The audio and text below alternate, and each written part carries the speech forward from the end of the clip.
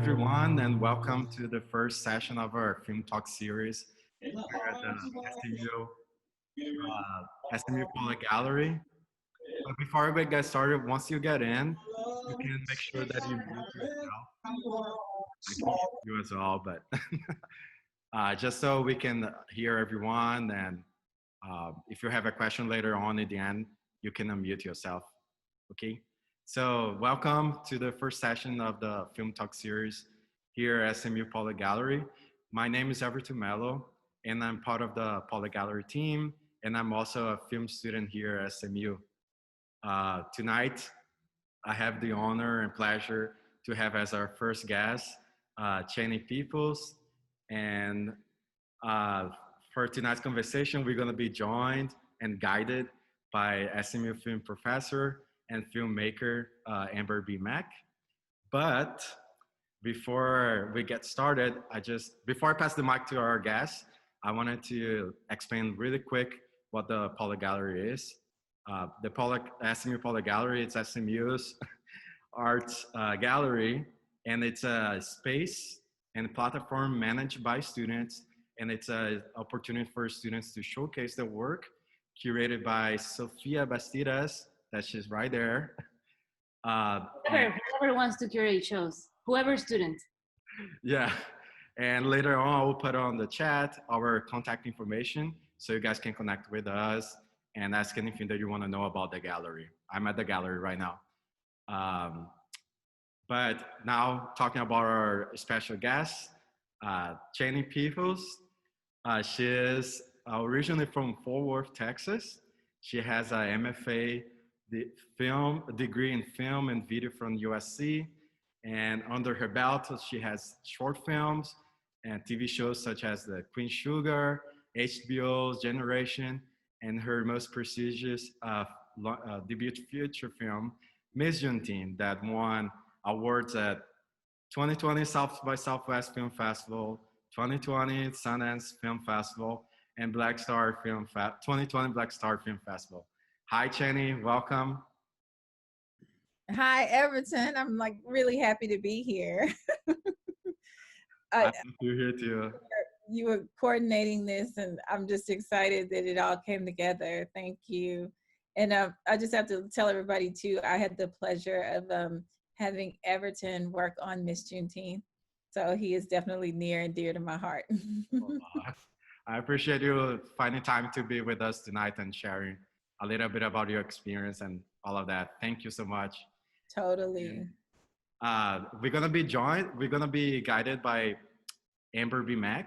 Amber Bemak is a SMU film professor, and she's also a filmmaker and her work is usually experimental filmmaking, documentary, and she teaches a variety of different aspects of filmmaking at SMU, screenwriting, experimental nonfiction, everything about film. Amber, you can talk to Amber about it. Hi, Amber, welcome. Hi, Everton. So happy to be here. Okay, so let me explain really quick how everything's gonna work. We're gonna have about like 40 minutes of a conversation between Amber and Nicole, and then I'm gonna open the floor later for all of our participants and attendees to ask your question directly to Nicole. So just hang in there, enjoy, have fun. It's gonna be a wonderful night. Okay, let's get started. Ladies, the floor is yours. Thanks so much. Everton, before we start, I just want to say thank you so much for organizing this. It's so wonderful to have students being self-motivated and like doing these kinds of events on campus. And I'm just happy to see some of my favorite faces, and thank you those of you that turned on your camera. And Gabby, I don't know if that's you, but if it is, I'm excited you're here. So yay, thank you. Yeah, so just like, and Channing, we're so honored that you're here with us. This is a huge opportunity for SMU, especially to have someone with such an incredible piece of work that's also so recent and so important, who's coming from like a local, Fort Worth. We're just just on behalf of the film department and SMU, we're just so happy that you made time for us, especially like right before the holiday and stuff like that. So thank you. And yeah, to the students that are here, thank you so much for investing in your education. We're so lucky to be speaking with Channing tonight. And I have a number of questions that I will ask. And then also, I think what we'll do after at 6:40, we can have you all write questions in the chat, and then I'll read them out loud, Channing, so that you don't have to worry about tracking them down and stuff like that. So yeah, we'll start. And my first question is, and then of course, like if there's other things you want to talk about too, like feel free to talk about whatever you want to talk about as well, because I know sometimes the same questions get asked over and over. It's totally okay. Okay. So the first question I have is about, yeah, I feel like this film is so much about freedom or freedoms, you know, and so many different levels of freedom, so many different types of freedom. So I was wondering if you could talk about freedom in relationship to the film. Yeah, definitely. You know, I think this is kind of the hometown crowd, so I'm happy to be here to be speaking to you all at SMU. I was really excited about it. You know, this year it's interesting because Juneteenth, I think, is now in the zeitgeist. But when I started conceiving of this film, you know, when you went outside of Texas, you had to explain really what Juneteenth was. And for me, Juneteenth was such a big part of the fabric of my childhood and of my upbringing. And, you know, I don't have to explain it to everyone here, but, you know, I'll just say it for myself. You know, Juneteenth commemorates the fact that the enslaved people in Texas didn't find out they were free until 2 years after everyone else. So, you know, I was constantly, you know, seeking to find a way myself and the producers to apply that thematically to the film. And so literally we were always weighing like every single character, what freedom meant for them. Like what was freedom for Turquoise? What did freedom look like for Kai? I'm sorry. I'm gonna have to put my airplane mode on on my phone. I'm sorry, I'm already doing a bad job on this. Totally fine. No worries. But basically we were just always like thinking about what did freedom mean for these characters. And I look at it now, and Miss Juneteenth especially was like so formative for me. And when you talk about like personal freedom, in a way, like growing up and being able to have Miss Juneteenth to look forward to every year, as a young Black girl in Fort Worth, Texas, I realized that that was pretty radical because it was almost, you know, my version of Miss America. So for me, you know, when you talk about what does freedom mean to each of us, it gave me a sense of freedom. You know, I got to see all these beautiful young women that looked like me. And it was confidence building in a way because, like, you know, one of the things that I remember really taking from it was there was like this sense of confidence on their faces, but there was also this hope for the future. And that's one of the things that I really remember. Thank you. So my next question is about Juneteenth. So that's funny that you already kind of went there.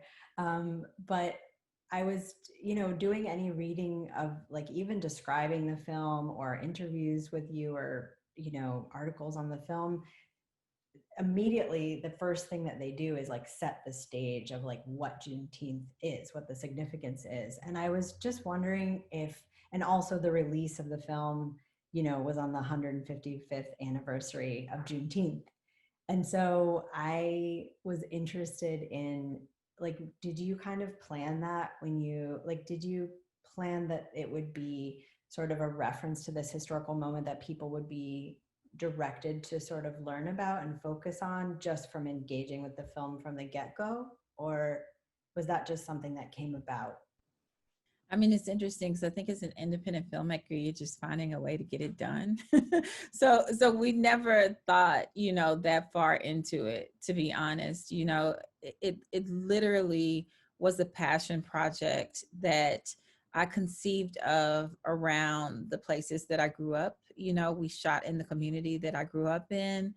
And it really was about even getting the film done, period. Like there was this idea, and when I say we, my creative partner, who also happens to be my husband, Neil, I think he's on this call somewhere, but he was there from the inception of the project, even when I was, kicking ideas around and, thinking about what it would be. And I had these ideas about Juneteenth, and then more specifically Miss Juneteenth. And then, one of my, a big part of like why I'm doing this work is that I want to see more like complex portrayals of Black women on screen. So all these things were kind of coming together for me.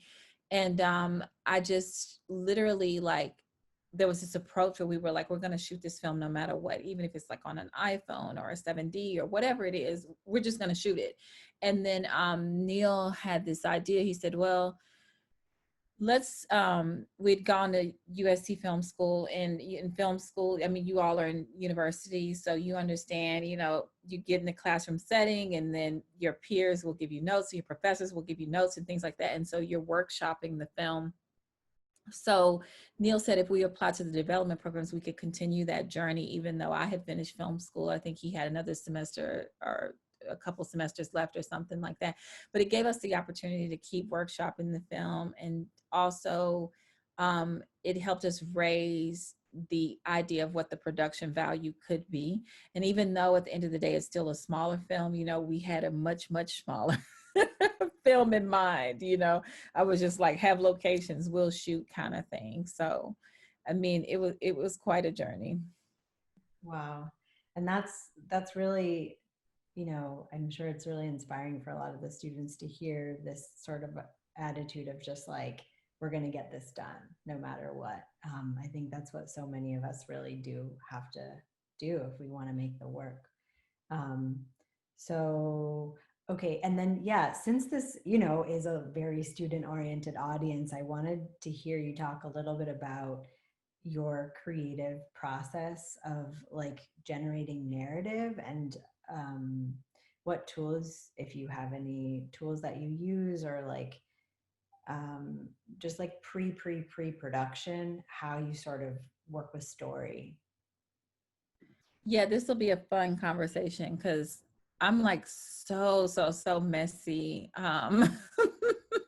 It's just like, I'll find little, even to this day, I have like a those little plastic things that the little plastic boxes or whatever.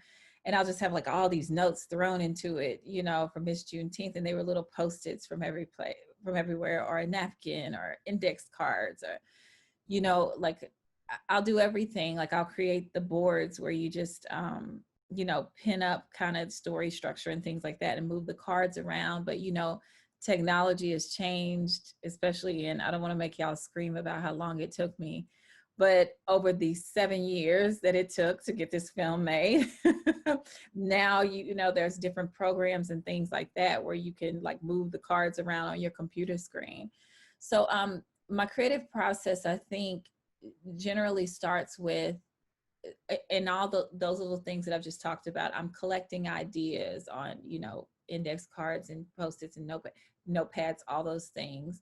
And then once I start collecting ideas, the story starts to firm up a little bit for me. Like I mentioned earlier, Juneteenth was a thing.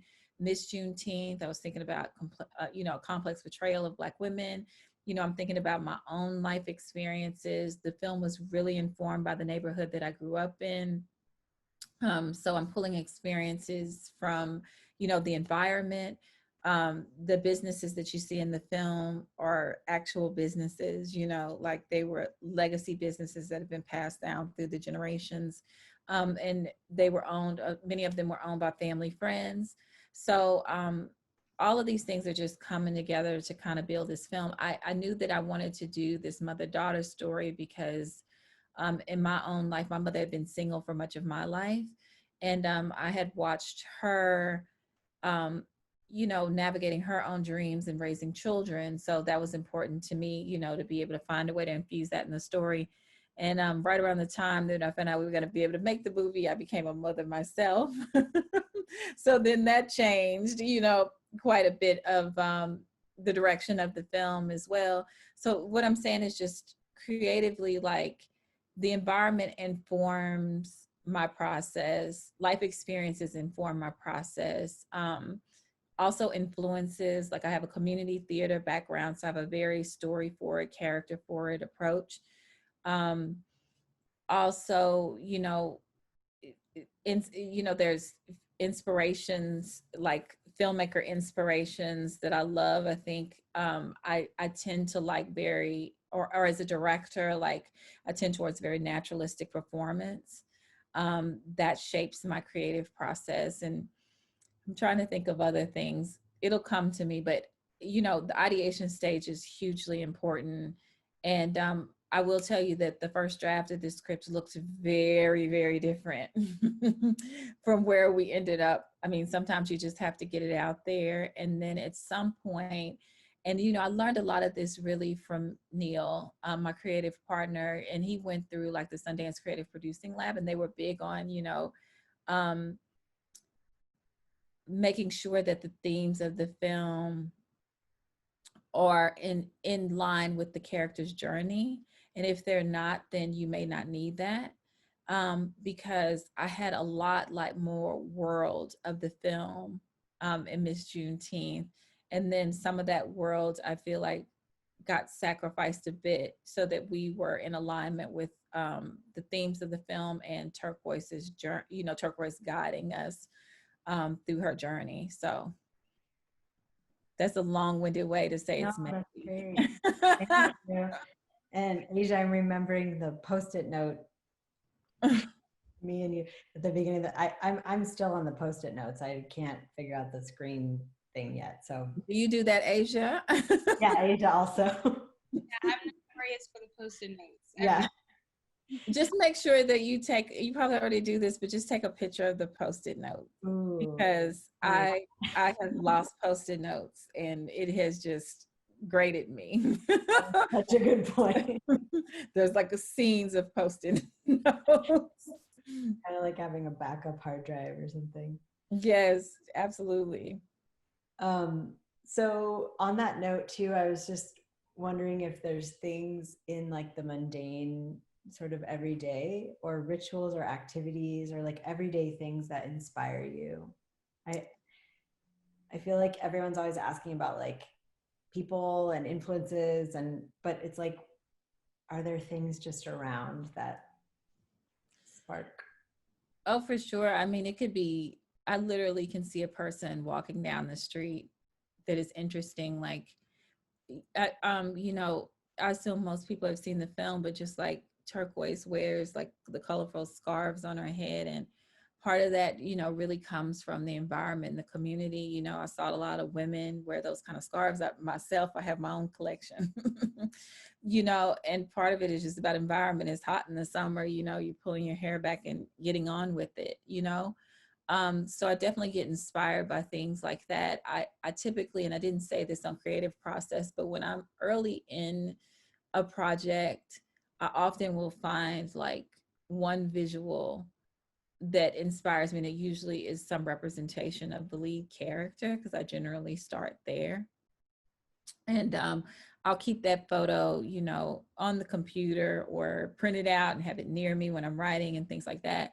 And then like a lot of people, music is a thing, and I have a playlist that I have friends who create like a really particular playlist for their stories. And I think I eventually get there, but I have like a playlist, like, it's called something crazy, like writing with creative genius or creative geniuses, musicians I feel like are creative geniuses, like the Nina Simone's, Cassandra Wilson, there's Kendrick Lamar. A lot of people are in there. Sometimes sometimes it's like old Negro spirituals and things like that. Just I feel like music that emotionally moves me. Um, and I don't even know what relevance it'll have to the project at that point. And then I definitely think that I had playlists for Miss Juneteenth going down the line, because there's a lot of like juke joint, very specific juke joint music in Miss Juneteenth that informs the world. But initially, like, I'm just listening to music that kind of emotionally takes me to a certain place. Yeah, thank you. Yeah, music is so important in that way.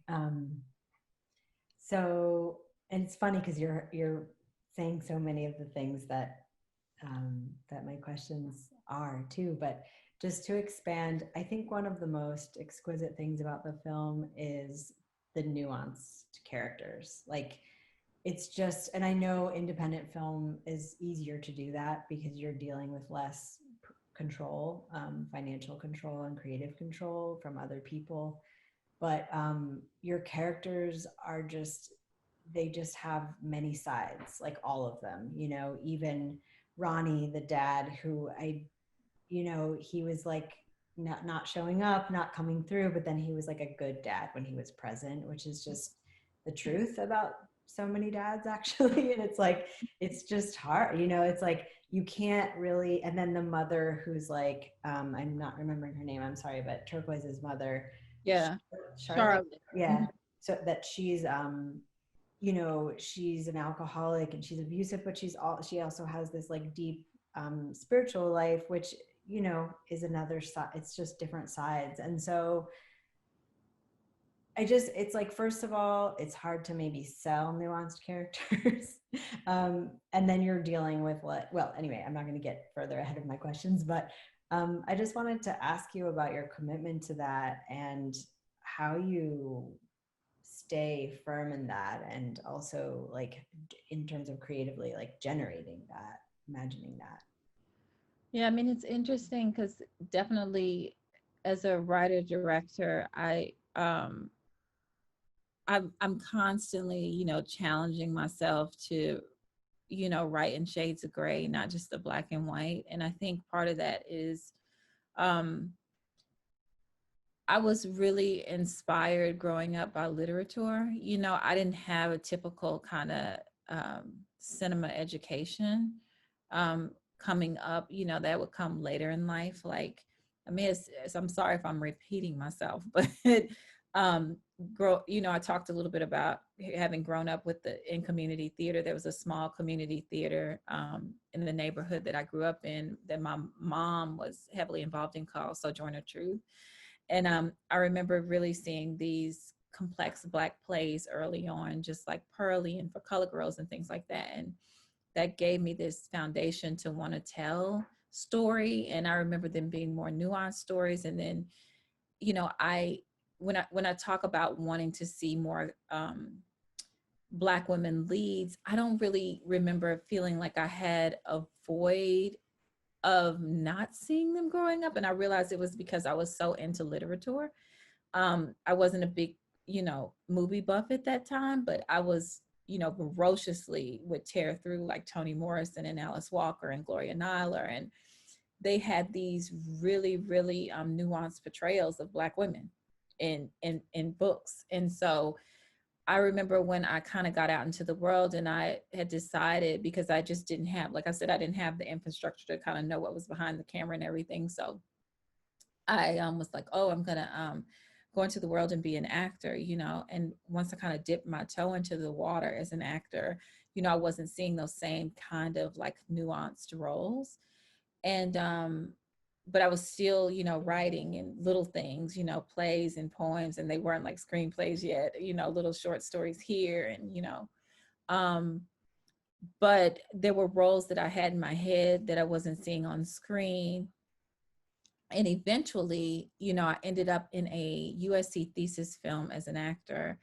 And what I saw was like, I saw access. Because there were like students and there was like one camera and it was bigger than a lighting kit because it was a thesis film, and there were students that got together to make a film together. And it was just like a passion project they were throwing themselves passionately into. And I decided then, I was like, yeah, I think I could do something like this. and I just kind of applied, and I try not to let myself know the odds of things, because then I'll talk myself out of things. And eventually got into film school, and here we are. That's great. That's a great piece I've probably jumped ahead of more of your questions and talking about no. nuanced characters. I have a question that's very Texas specific, actually. So I feel like you're like Miss Juneteenth, talking about nuance and talking about representation. It definitely represents like a very different picture of Texas than what the mainstream, media representation of Texas is, as it's externalized to the rest of the country and the world, really. And so I'm wondering about how Texan audiences have received, like, I don't know, have you had screenings like in Texas, and like how have people received it like within, Texas?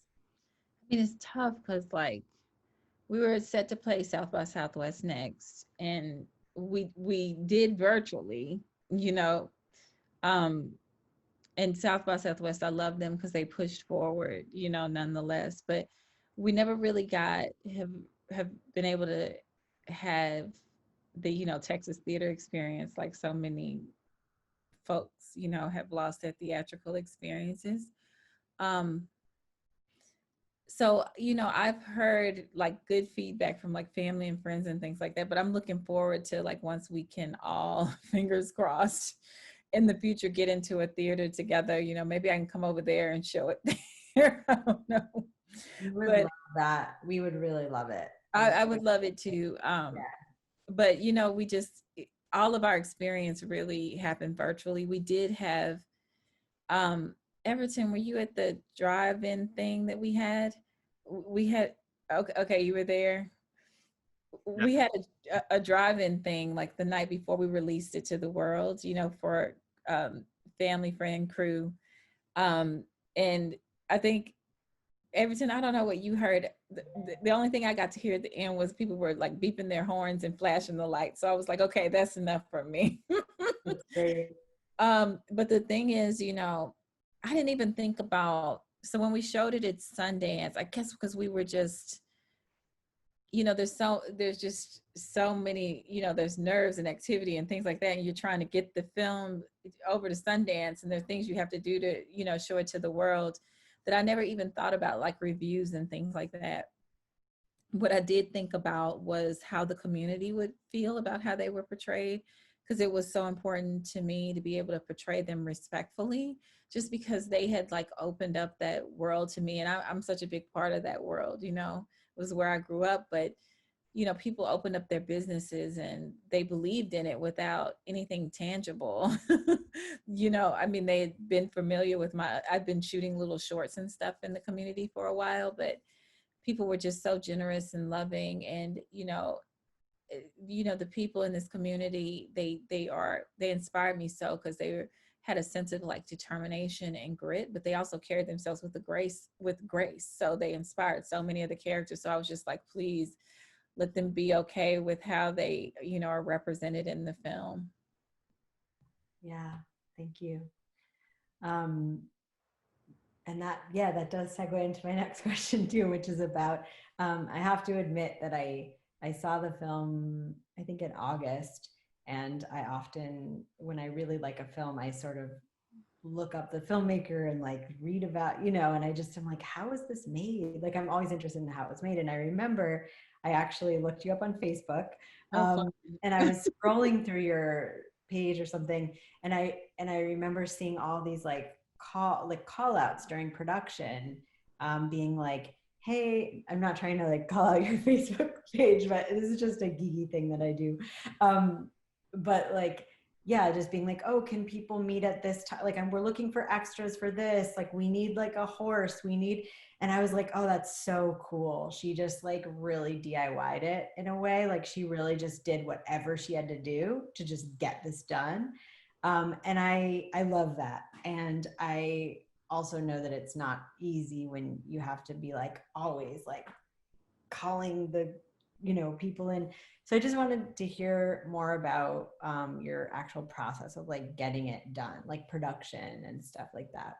Yeah, I mean, it's so funny that you say that because it's just such a community-based film that's what it was. And like, when you're working with the community, like their timetable is different. We have our movie timetable, we have our production schedule, but it's different, and we really relied on, it wasn't just relying on the community, for the production part of it, which was important. It was important that we had a horse there, but it was also maintaining the sense of authenticity. Like we couldn't just like call in a bunch of extras to that bar because like the people are the fabric of that bar, like the funeral home, like their family, friends, like that funeral home inspired me because like that funeral home was owned by my mother's best friend. That's her family, and it's been passed down through generations. And there's experiences that in the film that I saw growing up, like the matriarch of that funeral home is this lovely woman who we affectionately call Granny, and she is like a grandmother to me. And I just can remember going in after school and seeing her working on a body, and so to me, I viewed death differently because I saw it handled with dignity and grace, and it was this peaceful process, and so it's made its way into Miss Juneteenth. Like you see Turquoise, just it's very natural that she's working on the body and talking to Bacon at the same time, so it was just important that I was able to have community involved to maintain that sense of authenticity. And I know it's very different than kind of a typical production, especially now. I've worked in TV, and when they say, how many extras do you need? And I say, this is the goal. And then they'll say, well, this is what you can have. And if it's, if we've agreed on 65 extras, they'll have 65 extras there. We didn't always know, if we would get that amount of extras, because people have lives, they go to work and they have day jobs, and they're coming after work or coming on the weekend and lending their time. And, it's a fun process for them, but it's also super long hours and things like that. So it was definitely a community-based approach. It's really cool. Okay, so I'm just not going to get to all my questions, so I'm going to pick the ones that I really want to ask. I think that one of my favorite moments in the film is towards the end. And I feel like what you do this so much in the film is like set up an expectation that should be like a very sort of like a cinematic trope. And then you're like, nope, like she's not going to go with any guy at the end. You know what I mean? Or, and one of the things I love is when Kai decides to recite the poem in her own way, and of course, I was just sitting there watching it and being like, and she wins, right? Like she wins because she's herself, which is the cinematic cliche. You finally be yourself and you win. And I loved, and I was surprised and therefore engaged by the fact that she doesn't win, but what she wins is that her mother like sees her and accepts her for who she is. And so I just loved that part of the film, and I guess I selfishly just want to hear you talk about creating it. Yeah, I mean, it's crazy because I wanted her to win too. When you talk about, these characters, like the creative process, I try to get to know my characters so well that at some point, and this will sound a little probably concerning to some people, but at some point they're talking. And they're talking on the page, and that was one of those moments where I was like, I mean, I kind of saw it coming, and I was like, no. But the greater good is that, like you've pointed out, that she's able to, her mother's able to see her, and that they're able to see each other. There's a connection there, and that ultimately is the greater good. And so, you know, I wish I could take all the credit in the world for it, but I feel like the characters get so strong, sometimes they just go the other other direction, you know. Yeah, that makes sense. So, and you know, I always love to ask this question, like, can you talk about what's next? What's your upcoming projects? Would be great to hear what you're going to be working on or are working on. Thinking. Yeah, I've just directed an episode of television, but it's not out yet. So that'll be coming out, I think, next year. And you know, like everyone, I'm trying to figure out what's next in a pandemic. I'm kind of, you know, working on my next film, and there's some television ideas that I'm working on as well. But I'm just kind of taking my time, doing a lot of reading as well. There's like books that I'd love to adapt. You know, like I was saying, I've been so informed by literature. And then we're also still, you know, very much in this Juneteenth worlds. Like we screen on BET on Thanksgiving, so that'll be our network television premiere. And um, like, you know, we got nominated for a couple of awards, so you know, now we get to have like more conversations because of that, which is amazing and great, because it was just you know, a little film that we conceived of, and now it's like going out in the world in this real way. And I'm really grateful to you know, the producers and the cast and the crew, and even my little baby who helped inform so much of the way I directed the film. You know, there's just so many factors that came together to bring this film into the world. I'm super grateful to the community, or the film wouldn't be here. So, you know, it's kind of hard to say what's next when we're still so in it. Yeah. And then I guess the last question is about, yeah, like advice to students. There's a lot of students on here that are aspiring. Yeah. Okay. So advice to students. It's so I'm gonna do my best here, because I know everyone's journey is individual, and like some people will finish school and, you know, they may find themselves, you know, right away, you know, on the path and exactly where they need to be. It may not take them long. It took me longer. I'll be honest, because I feel like I was finding my style and finding the way that I wanted to say things. And, but I knew that I wanted to focus on my original work, and I had to stick with it, you know, to do that. And also, like I mentioned, my creative partner, I had a great partner, you know, we encouraged each other. You know, that was a big part of it. And that's one thing I could say about school is please capitalize on the opportunity to gain creative relationships with each other, with your peers, also with your professors, like everything. It's like entirely important. I'm still in touch with my professors from film school who reach out and who I can ask questions, and mentors and things like that. And those relationships change, you know, mentors may change over time, but like relationships are a big thing. But I would just say, you know, if this is what you passionately want to do, like, you know, please give yourself some time to commit to it for the even if it's not the long haul. Give yourself time, because I mean, when I left film school, like I thought that I heard something about it normally takes like 10 years after film school to get your first project done. I'm sure Neil, if you're around on the call, you know, feel free to chat and correct me if I didn't say that correctly. But it takes like a decade or so to, you know, get going, or to get your first project off the ground. And it probably, I don't know if it's been quite a decade, but maybe I had the first ideas a decade ago, you know? So I would just say, you know, be prepared to stick it out. And if there's original ideas in your heart, hold on to them, and like, don't second guess yourself, because it's what makes your projects unique. You know, I think a lot of times we're like, okay, what does the market need?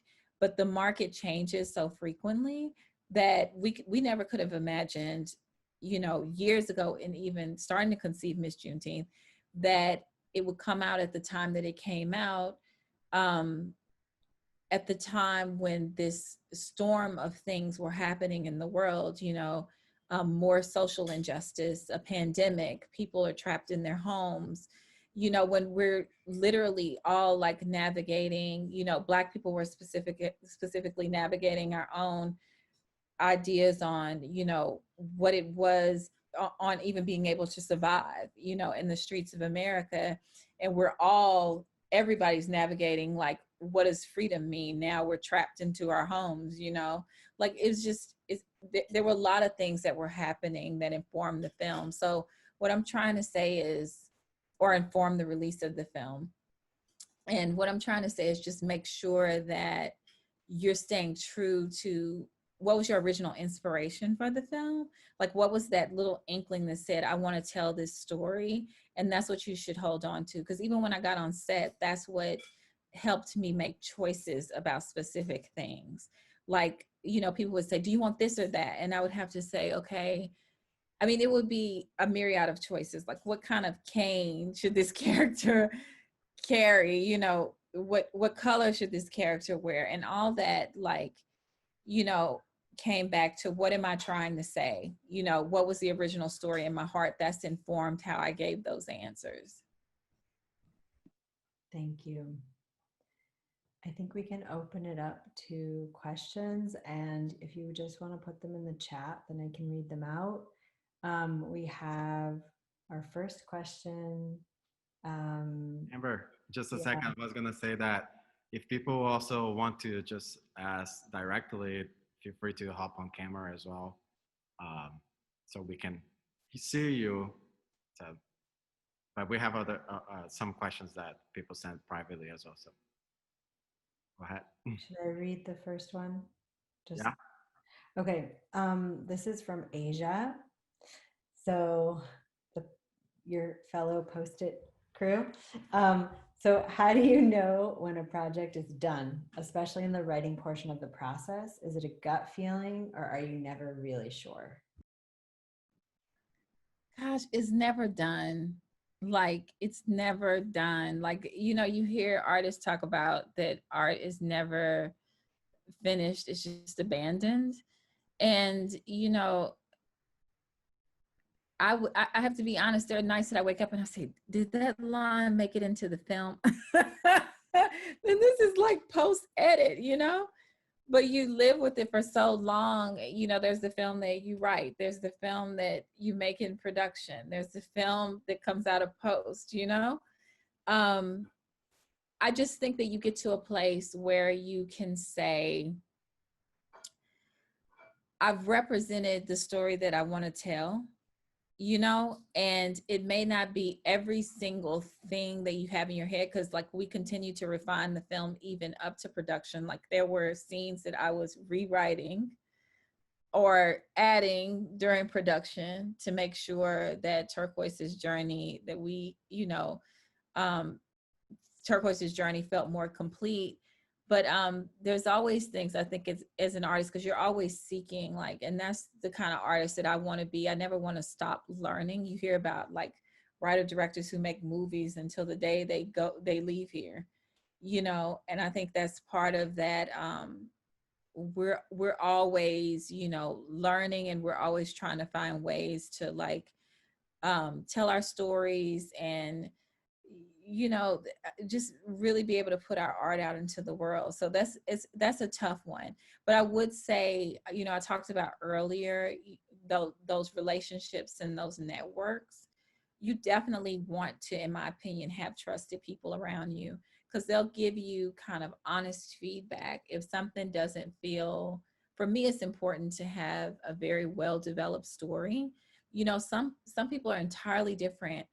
They're filmmakers that, they want to do more, they'll have an outline and they want to do more improv stuff on set. I've heard of that. I'm different. You have to also find out what your style is. Like, I believe in script. I do not, I believe in finding little magic moments on set with the actors, because the actors are going to bring so much more to it and find these little magical things. But I'm very, very married to dialogue as a writer director.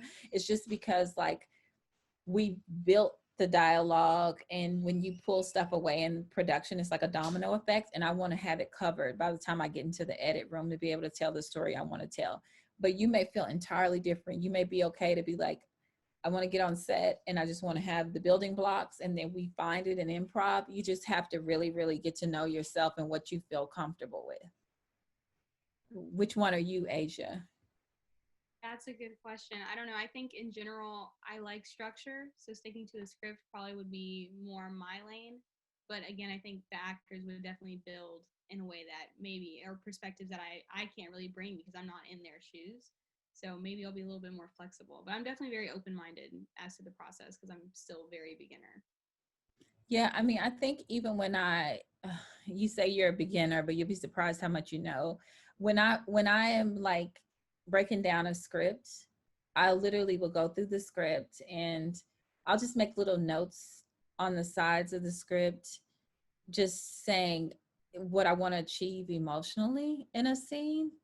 And a lot of times, and I'll keep that with me and I'll have that on set. It's different in COVID now because you really can't be carrying around a bunch of paper and stuff.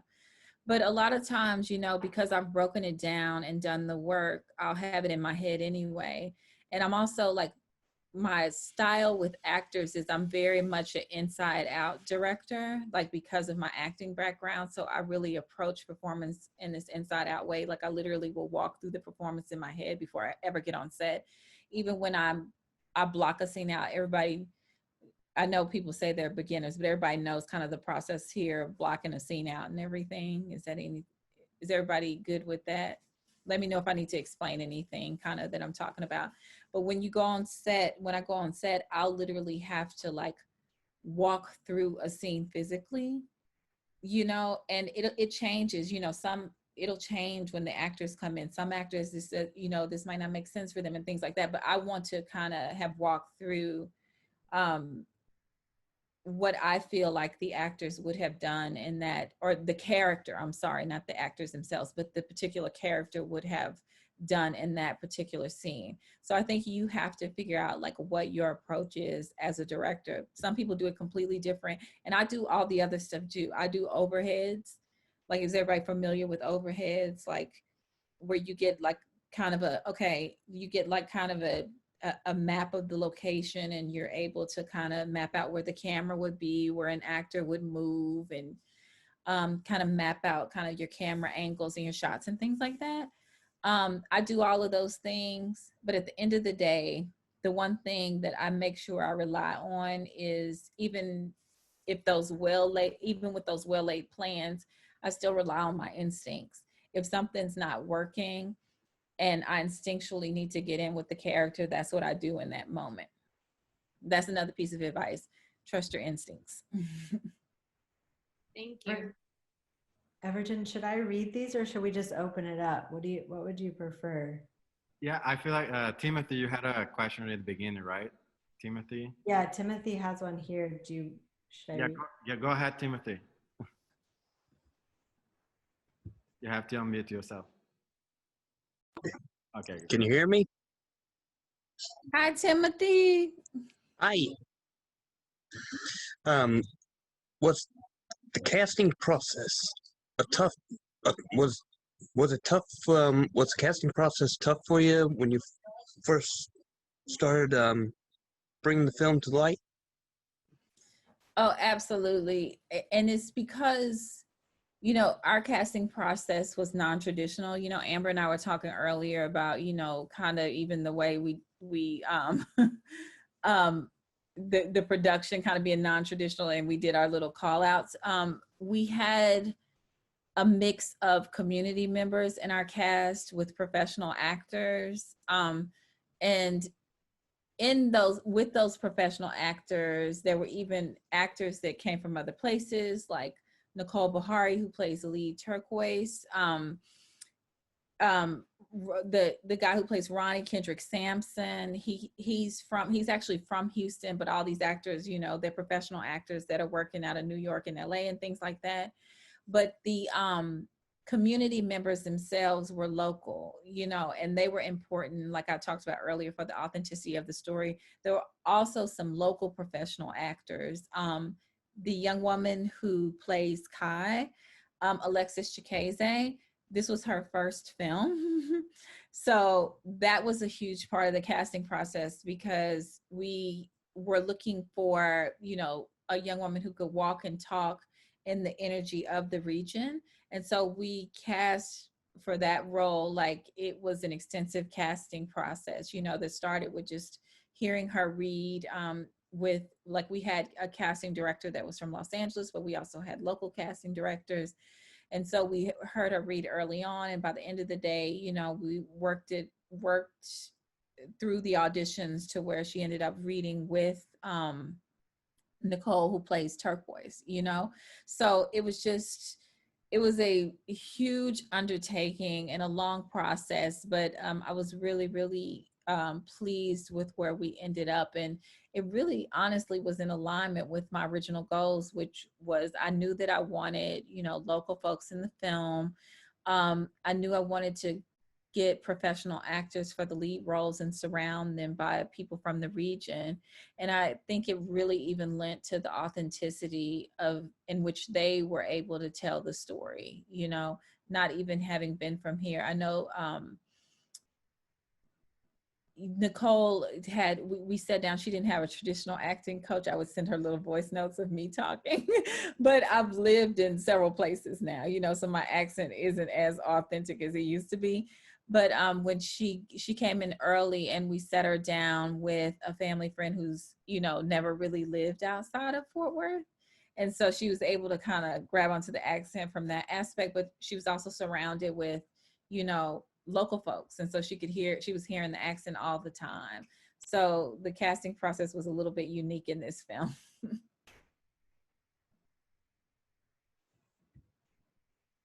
I have a question from Chris Sanders. She's an actress, and she also did the MFA acting at SMU.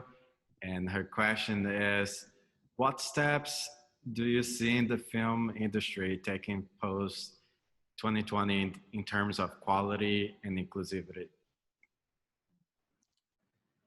I mean, it's hard to tell, because like 2020 probably feels like it's a decade long, at least it does to me. So I'm still waiting, like, to see, you know, my hope, and I said this a lot when we were first putting Miss Juneteenth out into the world, and people were asking me, you know, what I thought the differences were. And I mean, that remains to be seen. You know, my hope is that, you know, I have the same hope I had almost 6 months ago that I do now, is that Miss Juneteenth and stories like it will continue to open doors, you know, for story, you know, intimate stories, especially that are inclusive, you know. And I wanted to tell an intimate story about Black life in this particular neighborhood, you know, in Fort Worth, Texas, in the South. And so I hope that there are more stories that can be told that are telling, you know, more perspectives than what we traditionally see. So that remains to be seen. You know, of course, it saddens me that, you know, we've had a string, you know, we've had years and years and years, and as far back, you know, many of the themes are Miss Juneteenth. They're talking about the injustices, you know, where Black folks are concerned in particular. But it makes, I had, when Miss Juneteenth was coming out in the world, you know, it was bittersweet in a way, because people were open to hearing Black voices at this particular time, but it was because of yet another social injustice, you know, that had happened in this country. And so, you know, my hope is that people will continue to try to listen, and not just in media, but to the voices that are on the ground, you know, the community activists and folks who have been doing this work forever. We here at the art, as artists, are interpreting the work. And, you know, in my case, you know, I feel a sense of responsibility to tell these stories in particular. And these conversations are not brand new that we're having as filmmakers. So hopefully the doors will open for more diverse tellings of stories. Thank you. Now I have a question for myself. But before I ask my question, does anybody else here? Chrislyn, I see you. Go ahead, Chrislyn. Thank you, Everton. Thank you. My question to you, Channing, is Hi, Chrislyn, you have the best smile. thank you, Channing. You have been a gift to listen to. You have been Oh, yay. I hope I'm making some sense. That makes me feel better. you are. Yes. But I wanted to ask you, I feel like every time, even in film class, like when we're learning about new things and tackling our next project, like everything is a life lesson. Yeah. One life lesson that I'm trying to get, that I want to hear your experience in, is how do you silence your inner voice that second guesses, like that voice that wants to please others? How do you silence that voice as a filmmaker? What a great question, because that is a continued practice. Because, you know, especially as a writer director, let me just put on my director hat, because like when you are directing, everyone has a question, because they're, you know, in Miss Juneteenth, I felt fortunate because people were there in support of my vision, you know, and because it was such a personal film, you know, there were questions coming from everywhere. And, you know, and in the independent space, you know, things change a lot, you know, based on budgets, scheduling, you know, availability, things like that. And so to me, I challenge myself to, there are two things. On Miss Juneteenth in particular, my daughter, I mentioned earlier, I had a little baby. My daughter turned one on set. So I was just like, no matter what, my daughter comes first, you know? Like, she was so little, I had to take care of my daughter first. So I had to, you know, at the end of the day, if I had to do something for her, you know, that voice would get silenced because she came first. But when it came to Miss Juneteenth, I had a responsibility to tell this story. And it was a responsibility that I felt to the community. And I've talked about that. I felt to my life experiences. I felt to wanted to tell this experience. I wanted to tell this story authentically as a Black woman. I also knew what it meant to be a Black woman making a feature film, no matter how, you know, small or intimate or whatever, you know. I felt a great responsibility. And so it was important to me to, and I am a person that I think, you know, and I don't know how y'all feel, but like I grew up, you know, in the South, and there's some politeness about us, you know. Try to avoid the abrasiveness if possible, you know. So my inclination is to be like, okay, you know, and try to keep the peace, but that's not what you can always do, you know. As a director, you have to be definitive, and you have to you know, you have to be in support of your vision, your original vision. And sometimes, you know, I hate to use the word fight, but you have to fight for that. But when I say fight, that can also be done respectfully. You know, you can speak to people respectfully but definitively and say, this is what I want, you know. And that's okay, because at the end of the day, you know, you don't want to have a movie where you said yes, yes, yes to everyone, but it wasn't in keeping with the vision that you had for the film. At the end of the day, like, your name is on the film, you're responsible for it, it's your journey, your experiences, your original inspiration. And you want to be able to look back and say, you know, I feel like it, and it probably, I'm not going to lie to you, it won't be every single thing that you anticipated. There's some people, they got every single thing that they wanted. I didn't, you know. There were things that morphed and changed. But I still am very, very proud of Miss Juneteenth. And I think that's what you want to say to yourself. You want something that had that original vision that you had in your heart that you could be proud of. I just want to jump in here to be like a teacher Just mention, since you said Kristlyn has the best mouth, so Kristlyn's actually an actress in the theater department, and she's really good. So putting it out for her, just putting it out. Okay, I need to look out for her. She's amazing. So I'm just. Well, she has the best smile. Yeah. So look out for her. She's also the film student as well. So double dose over there. But you all, that, I mean, it's wonderful what Amber has done. Like you do need to be putting yourself out there. It's important. And I don't want to take too much time. We're going over a little bit, but my final question to end our session today, it's for me.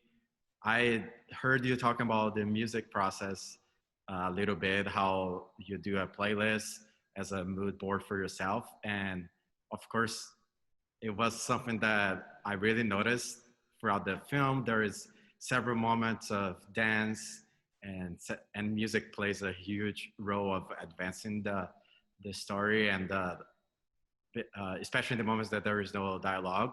And knowing you a little bit, I was just like, how did you find the right way to implement those moments of dance, like the fabulous line dance, and what was the composition process?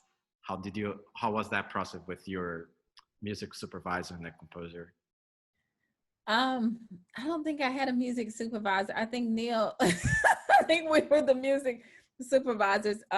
We had a couple, we had a wonderful composer, and we also had another composer come in later, and who was regional, and they lent the score. As far as, there were artists that I was already committed to, like LJ Eccles is an artist that I work with almost in every film, or I try to find a way to work with him. And he does this kind of, blues meets R&B music that is so like cinematic to me. And it's like juke joint music. And I just love it. Like, I love it so much. My baby like dances to juke joint music. Because I mean, she's grown up in it, but I just felt like it spoke to the language of the film, and it was important for me to have it in the film. As far as like choreography, like I said, I was inspired by the community, and there's a particular, dance style in this community that is so amazing, like the line, the ladies line dancing, and, the swing out type dancing that you're seeing in the club settings. And I loved directing those scenes in particular, because when you talk, I talked a little bit earlier, Asia, about being married to like dialogue and everything, but those particular scenes were a bit more improvisational, just because I'm finding a way to capture just that sense of that beautiful choreography that they're bringing themselves, And so I just want to be able to, as a filmmaker, like authentically capture it. And so even like in the dance scene, like, I'm talking to the cinematographer about just finding particular moments, and I went in there just with kind of, I have a shot list, and I have a storyboard of what I want to capture. But at the end of the day, there's things that are happening, where we talked about actors bringing things to the table that are just magical. Like you'll see a turn, or somebody will whip around and do something. I'm like, whoa, I want to see that, So it's just being able to capture what's already there. So I can't take credit for that, those beautiful dance styles. The choreographers were grabbed from, the dance groups that were in the film. And there's that particular dance style is called swing out. And there's all these different groups that do it across, I know they do it across the Metroplex. I know that there's different dance styles in other cities and things like that, but this particular one that they do in Fort Worth is called Swing Out, and I love it so much. Perfect. And I that's one of my favorite parts of the film. Well, we should have threw you in that scene. I was just in the back, like while everyone was shooting. Are you in the movie, Everton?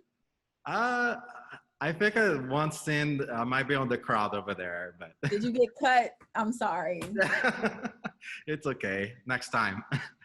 Well, it's past 7 already, and I just want to respect everyone's time. And Channy and Amber, thank you so much for coming, talking to us. It was inspiring, and it was really great. And I want to put on the chat real quick the Pollock Gallery information. So if any student or anyone wants to know more about the gallery, you can email Sophia or me. And we want to thank everyone on behalf of the gallery. Chen is putting her. I'm putting my Twitter, my social media, which I'm terrible on, but I'm getting better. And then I'm gonna put the Juneteenth movie so that y'all can stay in touch. Yeah. But and I just want available right on SMU Kanopy. It's on Vudu, Prime Video, Google Play. Yeah, it's everywhere, and It's it'll everywhere. be on BT on Thanksgiving. You just cut your TV on. Yeah, congratulations. Congratulations to you, Everton. And just to mention here, Neil answered your question earlier. Yeah, they said that it takes about 10 years. So I don't want. Yeah, but don't let you all don't let it scare you. And if you have more questions, like feel free to reach out, please. You know, I'll answer as best I can. I know everybody's path is different. You know, I could just tell you what mine was. Yeah, thank you so much, and it's a beautiful path. Enjoy the holidays, everyone. Stay safe, wear a mask, and that's it. Good night. This has been one of my favorite talks. Thank you. Good night, everybody. Bye. Good night.